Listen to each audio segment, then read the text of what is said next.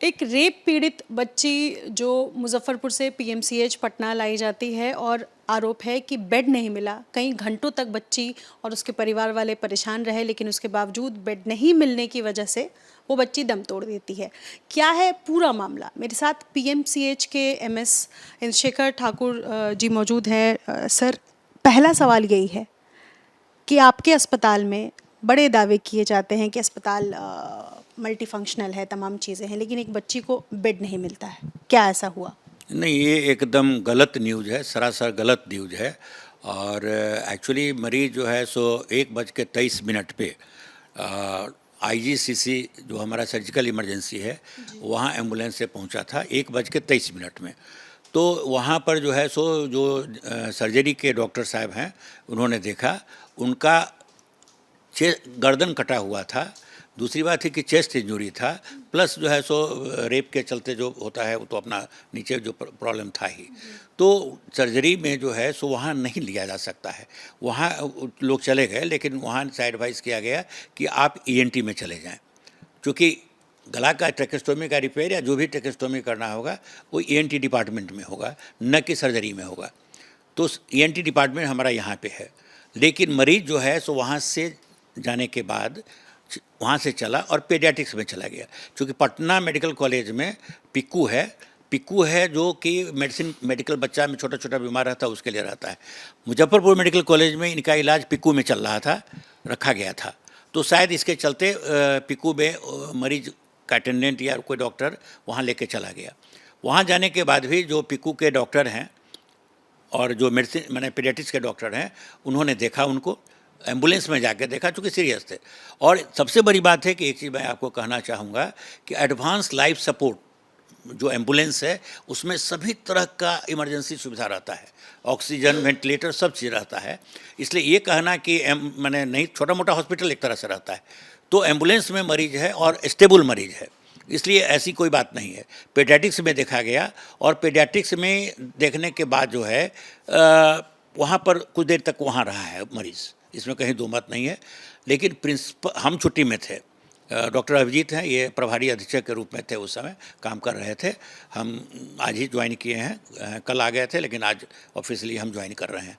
तो ये मरीज की बच्ची जो है सो 26 तारीख को भर्ती हुई, 31 को वहाँ से भेजा गया है, 5-6 दिन वहाँ रही।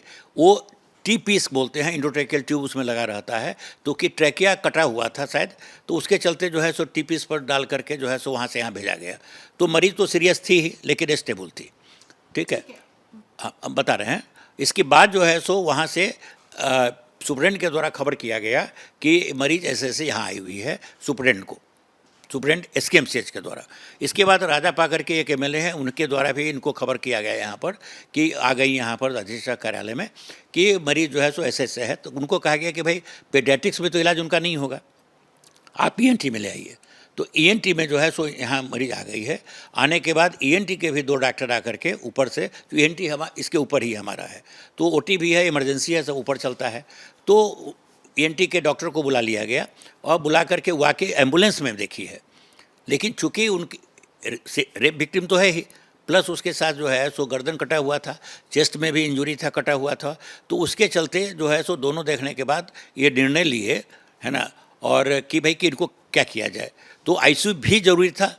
ईएनटी में हम लोग नहीं रख करके, चूँकि रेप विक्टिम भी थी, तो इसको हम लोग गायनी आईसीयू में शिफ्ट किए और गायनी आईसीयू में इनको ENT, gynae, anaesthesia, CTVS, paediatrics के द्वारा डिफरेंट डॉक्टर का रात भर इलाज किया गया है, कहीं कोई कोताही नहीं किया गया।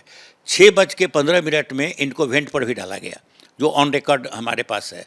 तो ऐसा कहना किसी के द्वारा कि मरीज का इलाज नहीं हुआ है, बेड नहीं मिला है, ऑफ कोर्स कि 1:23 में जो वहाँ गए थे तो वहाँ पर चूँकि रखने पर तो मर जाती, तो सर्जरी में हम लोग नहीं रख सकते हैं, चूँकि सर्जरी इमरजेंसी हमारा वहाँ है। तो वहाँ से जब ईएनटी में आया, जब इनको मालूम हुआ और संज्ञान में जब भी आया है सुप्रीम को, तो तुरंत सब कार्रवाई की गई और सभी डॉक्टर को देखा गया। मेरा एक सवाल है, चूंकि आपने बताया कि ईएनटी, ट्रैकिया, तमाम चीज़ों से वो बच्ची जूझ रही थी, सवाल सिर्फ इतना है कि क्या ये संभव नहीं था अस्पताल के लिए कि ये चीज़ें पहले से डिस्कस करके सही समय पर, क्योंकि इस बीच में इस दरमियान कई घंटों का वक्त लग गया, तो क्या ये संभव नहीं था कि ये डिस्कस करके उसको बेहतर तरीके से जैसे ही वो बच्ची आई देरी नहीं होती? एक्चुअली अधीक्षक के यहाँ जो है संज्ञान में अधीक्षक के डॉक्टर अभिजीत थे, और इनके संज्ञान में जब आया तो सभी डॉक्टर को, चूँकि आईसीयू में वहाँ रखा गया है, चूँकि रेप विक्टिम हुई थी, ईएनटी की वजह से बगल में है, वहाँ सब डॉक्टर जाके इलाज किए, कहीं कोई कोताही नहीं हुई है।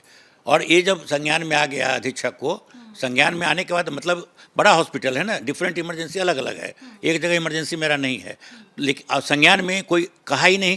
और संज्ञान में जब आया है तो तुरंत जो है सो जा करके, लेकिन संज्ञान में आने के पहले भी ऐसा नहीं हुआ कि सर्जरी के डॉक्टर ने नहीं देखा, पीडिया के डॉक्टर ने नहीं देखा, सबने देखा। और एक ambulance, advance life support ambulance जो होता है उसमें सब सुविधा रहता है, तो वहाँ से हटाने से भी दिक्कत था, तो सब लोग वहाँ जाके देखा है, और बाद में जहाँ जो आया है तो इलाज हुआ है, जो ऑन रिकॉर्ड है, सब कागज़ पत्तर है, कहीं कोई कोताही नहीं हुई है। जितने भी हमारे यहाँ डॉक्टर हैं सबों ने इलाज अच्छा से किया है। सहयोगी शैलेश सिंह के साथ Nidhi Shri, ABP news Patna. For exclusive and insightful videos, subscribe to our new channel ABP Live Premium.